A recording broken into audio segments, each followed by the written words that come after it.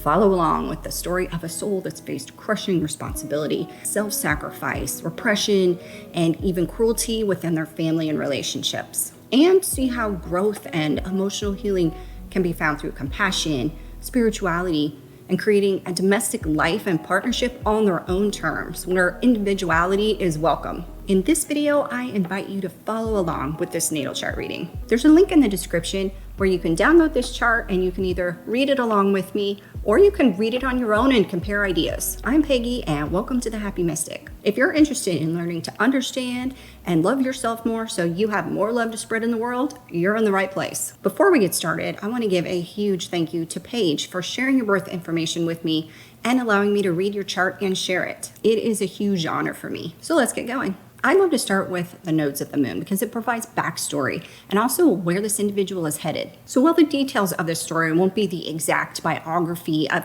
who this soul's been, the feelings and behaviors that arose from those experiences are what's important. The story part just helps us visualize. So first, let's look at the South Node and get a sense of who this soul has been. So we find their South Node in 6th house Capricorn. In some keywords for the 6th house in the context of the South Node would be servitude, responsibility, never-ending drudgery, or having to take care of others with no identity yourself. And some Capricorn keywords in the context of the 6th Node would be cold, austere, self-sacrificing for some sense of duty, and a hard reality that never ends. So we're starting to get an idea of who this person was, but let's add to that with the South Node ruler. Because the South Node is in the sign of Capricorn, its ruler is Saturn. So the South Node ruler really helps to add to the identity of the soul. So we're talking about Saturn in the context of the South Node. And so keywords for Saturn might be patriarchy, difficulty with duty of some kind, hard responsibility, lack of emotion, cold, austere, commitments that are soul crushing, and an all-around hard life. And we found Saturn in the 4th house. So in the context of the South Node, some keywords for the 4th house would be family, or this sense of duty to family that might be difficult in some way. Taking care of your dependents, being defined by this role within your family, or pressure to conform or take care of them in the domestic arena. And we find the South Node ruler Saturn in the sign of Libra. So some South Node slanted keywords for Libra would be strained relationships in some way, losing your identity to your partner. It could also have a feel of vanity or seeking comfort or laziness. But when thinking about Libra in the context of the South Node, I definitely think about relationships that are unbalanced or unhealthy in some way. One other clue we look for when it comes to identity and the South Node is any planet that is conjunct to either the South Node or the South Node ruler. There aren't any planets conjunct the South Node, but we do have Pluto conjunct Saturn also in the 4th house Libra. So again, in the 4th house, we have this idea of family duty, family responsibility, and also with Libra, relationship responsibility or strain. So now we're adding Pluto to this mix into this identity. So when we think about Pluto in terms of its shadow side, there are some dark things that emerge. Pluto at its worst can be cruel and power-seeking, even destructive and evil. Keep in mind that we're talking about the nodes of the moon. This is not describing the person whose chart we are reading. These are things that this soul has experienced in past lives. And that is the nature of this kind of baggage. It's not going to be pretty. We all have it. There's nothing to be ashamed of. And one thing astrology can do for us is point us in the right direction when it comes to growing from it. So now we've gotten a sense of identity as far as what kind of person this soul is trying to grow from. And with our South Node in Capricorn and the 6th house, we've got this coldness, austerity, this crushing duty and responsibility that seems never ending. And with the South Node ruler Saturn sitting in 4th house Libra, we've got that same sense of coldness, but now within the family and relationship setting. So now add Pluto to this mix, and we have cruel overtones mixed in, or maybe even death and destruction. It's definitely not painting a very lovely picture for this soul in the domestic setting. But let's get some more clues. Our next step is to look for aspects made to the South Node and the South Node ruler. So when we look at the South Node, we do have a square to Saturn. So here we see Saturn again, this time square or challenging this person. It's that same Saturn in 4th house Libra. Not only was the soul embodying this cold, difficult family and relationship life. They're also challenged by it in some way, maybe an external way. And we also find our South Node square the midheaven. And the midheaven sits in sign of Aries. So now we've got a challenge by a public figure or maybe this person's own social status. And it's in the sign of Aries. So now we're thinking violence, aggression, unbridled ambition, anger, or some kind of extreme self-centeredness. And when looking for hard aspects made to our South Node ruler Saturn, it is also opposed the midheaven in Aries. So now we were like doubly challenged by this sense of some kind of social status, either a person with high social status or power, or within themselves in Aries, violence, aggression, anger. So when we begin to put the South Node story together, what we're finding is this cold, stoic individual trapped in some kind of feeling of servitude and also a crushing responsibility to their family and relationship. This feels like a household devoid of love, some kind of never-ending, soul-crushing sense of drudgery within the home and partnership. And this person is challenged by more of the same, this lack of emotion and hard life that have to do with family and relationship. And also add in the relationship to the midheaven in Aries. So this person is also challenged by social status or a powerful person that is somehow angry and mean as well. One other interesting piece of this South Node story is described by this trine that's found to the South Node ruler Saturn from Mercury. And we can find Mercury in 7th house Aquarius. So some keywords for Mercury would be communicating, so talking, thinking, intellect. And in the South Node, we might be talking dangerous curiosity of some kind, trickery or lying. And we find Mercury in the 7th house. So here's another reference to relationship. 7th house is the house of marriage, so committed partnership. And Mercury is found in the sign of Aquarius. Also interesting because this is the sign of the outcast, the rebel, the revolutionary, alienation,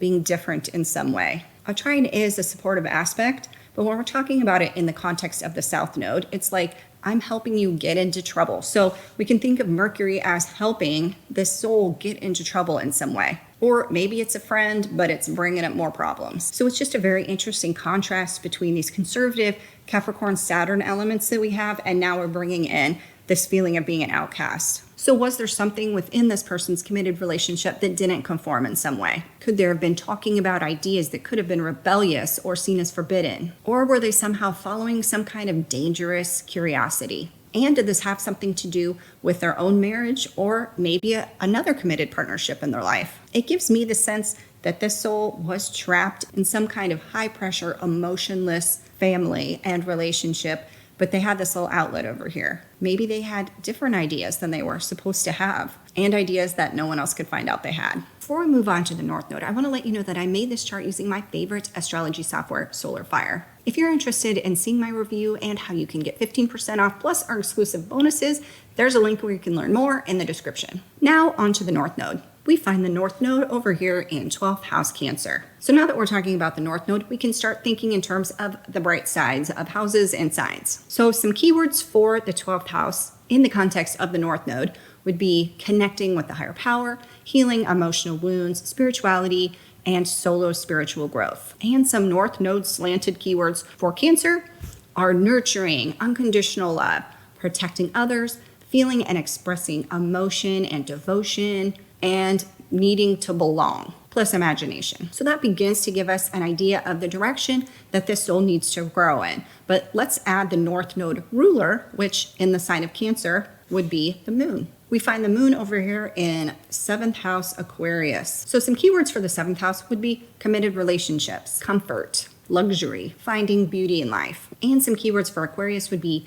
unique, brilliant, individual, fair, and intellect. So when we start to put this together to think about how this individual needs to grow, we start to see a picture that they need to heal emotionally and spiritually through showing unconditional love and compassion, belonging to a family or loving group of some kind, and being able to completely speak their mind, voice their unique thoughts within that committed relationship. So you can start to see how this is the exact medicine needed for those South Node patterns. But let's put a little more detail with this. We find the North Node square Saturn, and again, that's from 4th house Libra. South Node is square Saturn, the North Node will be too. But now this individual needs to learn how to grow their Saturn in a positive direction. So again, we've got the fourth house. We're talking about family, taking care of other people with compassion and selfless love, devotion, and it's found in the sign of Libra. And when we're talking about the North Node and the best parts of Libra, we're talking about harmony, balance, respect. And there's also a relationship focus here. So when we're talking about Saturn in the fourth house Libra, it's almost as though creating a loving, balanced, harmonious household and relationship is this person's life's work. And since the South Node was squared the midheaven, the North Node is also squared the midheaven in Aries. But this time, the best that Aries and the midheaven has to offer, which to me looks like going after what you want, whether it's career or your highest aspirations, in a courageous, bold, and public way. So even though the North Node is asking for devotion to family, Aries is a very individualistic sign. So yes, you can be nurturing and devoted to your family, while at the same time pushing and working towards something that's important to you as well. And now looking for aspects to that North Node ruler, the moon, we've got a conjunction made to Mercury, right here also in 7th house Aquarius. I'm thinking of being able to use your authentic voice or thinking what you want to think without it being censored by other people or your own ideology. And it's in the 7th house, so again, the theme of relationships comes into play. So I'm thinking of this as a need to speak your mind completely within that relationship. Also, that North Node ruler, the moon, is square Jupiter, and that is from 4th house Scorpio. So when I think of Jupiter, in the context of the North Node, I think about looking for faith or having faith in something. And here in the 4th house, that's family. And this is also all going down, shaped by the sign Scorpio. I'm seeing this as finding faith and emotional healing within the family setting. And also a feeling that you can be completely honest and real within that family and it feels safe to you. So when we put the North Node story together, this really feels like that need to heal emotionally and spiritually through family, through unconditional love and compassion, respect, and also being able to think what you want to think and say what you want to say without feeling oppressed or constrained in some way within your relationship or within that family. But also keeping in mind that while it's important to nurture and devote yourself to your family, it's also okay to bravely go after something that's just your own. And you may have to find a little courage to do that. But this helps add to that balance, pulling that soul away from this feeling of soul-crushing responsibility and more toward nurturing compassion and relationships that are beneficial for everyone involved, while also keeping some autonomy as well. Just know that what the North Node is asking for might not come easy. It might not seem familiar and it may feel kind of awkward. And growing toward the North Node takes deliberate effort. So we are moving on to reading the chart in the context of the present, or the chart in terms of this individual's current life. And I've organized my thoughts for this reading using our own natal chart reading template. And my printer was out of ink, and this does work just fine in black and white, but it comes in a great looking, colorful gradient style as well. And it can be printed out and used as is, or customized to add or remove things to suit your own needs. And a link for this template will be in the description. So let's get started with our sun. We find their sun right here in 7th house Aquarius. Some keywords for the 7th house are relationship, commitment, learning to play well with others. And some keywords for Aquarius. We've got unique, emotional detachment, brilliant, rebel and revolutionary, outcast, quality, fairness, friendship, intellectual and analytical, determined, and objective. We do have a few aspects to the sun. The first I'm going to mention is square to Jupiter in 4th house Scorpio. And when we're thinking about squares made to the sun, this is something that's going to feel like friction or a challenge when it comes to this person's identity or the core of who they are, what lights their fire. So Jupiter, the planet of faith, the planet of overabundance, kind of overextension. And the sun is also opposed, the ascendant in Leo. So when we start to put all of this together and think about what is this person's core and what lights their fire, we find a need for relationships on their own terms with equality and camaraderie that also feels intellectually stimulating. And since it is sextile Uranus from 5th house Sagittarius, this is supported and excited by that Uranus placement and having a wide array of experiences just for a good time on their own terms, where they make the rules. And this could also be a wide spectrum of self-expression for their own self, regardless of what anyone else thinks. And there's also this tug of war opposition between the sun and this ascendant in Leo. So there is this need to shine, to be magnetic, to feel the approval of others. That feels friction with the sun's need to just live life on its own terms. But there's a need to balance both of these. So this might feel like finding a good balance between self-reliance and vulnerability. And last up for the sun, it is square Jupiter in 4th house Scorpio. So this is challenging that sun. And this challenge is from Jupiter. So we're talking about finding faith, maybe overextension, maybe overabundance. And that is in the 4th house within the context of the home domestic environment. And we're talking about Scorpio, emotional depth, transformation, healing, making yourself vulnerable, and also intensity, raw honesty with maybe a little moody, depressed, taboo, or even dark stuff on the edges. So this individualistic sun in Aquarius in the 7th house of relationships needs to learn how to play nice with this need to find faith through emotional healing and transformation within the family. It might feel like this fight between emotional detachment and emotional depth. So while these two might never see eye to eye, they're both important to strengthen. It'll just be a matter of figuring out how to please both, even if it can't be at the same time. And now let's move on to the moon. And the moon can be found in familiar 7th house Aquarius. So those same 7th house keywords: relationship, comfort, coziness, the finer things in life, beauty, art, and Aquarius keywords: unique, brilliant, outcast, rebel, revolutionary, analytical, intellectual, little emotionally detached. So we're talking about the moon. This is what makes this person happy, calm, feel joy, how they react or express their emotions. So this person's life is still intricately tied now through its emotional needs to committed partnerships and their need to be unique and live life according to their own terms. We do have a few aspects made to the moon. First, the moon is conjunct Mercury, again in 7th house Aquarius. So another thing that is important for this person's sense of peace, calm, joy, is now speaking their mind within their relationship. We've got Mercury, the planet of communication, planet of intellect in Aquarius. They need to feel like they can say what they want to say within the context of their relationship, the 7th house. And the moon is also trine Mars. So Mars is the planet that's asking you to be brave, go get what you need or want with courage. And it's found in the 3rd house. So some keywords for the 3rd house are listening, talking,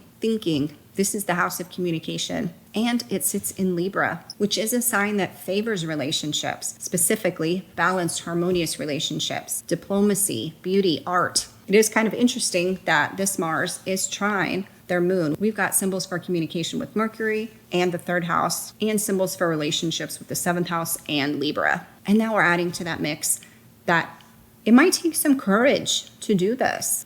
They may have to pull out some bravery to be able to feel that sense of inner peace or that calm that they need. And finally, the moon is square Jupiter, again in 4th house Scorpio. So again, this person's soul in independent Aquarius is going to be challenged by this need to find faith through emotional depth within the family. So this looks like having true vulnerability at home and trusting in it. And that may feel challenging to their sense of peace and their sense of calm, but it is also important. And both of these need to be fed and nurtured, again, even if it's not at the same time. And next, we're moving on to the ascendant. We find the ascendant in the sign of Leo. Of course, the ascendant is the cusp of the 1st house. This is often called the mask you wear, but there's more to that. It's kind of the interface between the inside of you and the outside of you. So it filters what people see, but it also filters the way you see the world and everything else. And we find that in the sign of Leo. So we're talking about self-expression, a need to make yourself vulnerable in front of other people and gauge their reaction. Leo can have grandeur or that sense that it's always on stage. Of course, it doesn't need to be on a stage. Not everyone that has strong Leo in their chart is an actor or an actress, but there may be some part of their personality that behaves that way. There's also generosity and passion, risk-taking and determination, being organized, and just being fun and playful. Leo has this magnetic quality and this confidence about it. And its shadow side can be attention-seeking and arrogant. So Leo is the vibe or the mask. We do have some aspects made to this ascendant. Let's start with this tight trine to Uranus in 5th house Sagittarius. So this is a supportive aspect. So not only do we have this symbol of fun and play through Leo, but it's also trine or supported by Uranus in the 5th house of fun, of play, of good times. And in Sagittarius, new experiences, opening your mind, doing all the things. So for this person, the way they present themselves to the world is going to be supported by exploring and self-expression on your own terms, where you make the rules. This is really fun for fun's sake and wherever it may take you. And the Ascendant is also in opposition with the Sun, which we've already touched on. So again, this tug of war between a need to be vulnerable and emotional detachment and independence. And the Ascendant is also square Jupiter in 4th house Scorpio. So this self-expressive, magnetic, confident mask is at odds with Jupiter's need to find faith and emotional healing and emotional depth within the home. I would say figuring out how to work with this 4th house Jupiter and Scorpio would be a great place to start when you're looking for personal growth, because it is at odds between the core of who you are and also how you interact with the world. But it's important in its own right and something that needs to be honored as well. So I'm going to give a huge thanks again to Paige for allowing me to read your chart and share it with others. And if reading charts is something you would like to learn for yourself, you can learn how in this next video.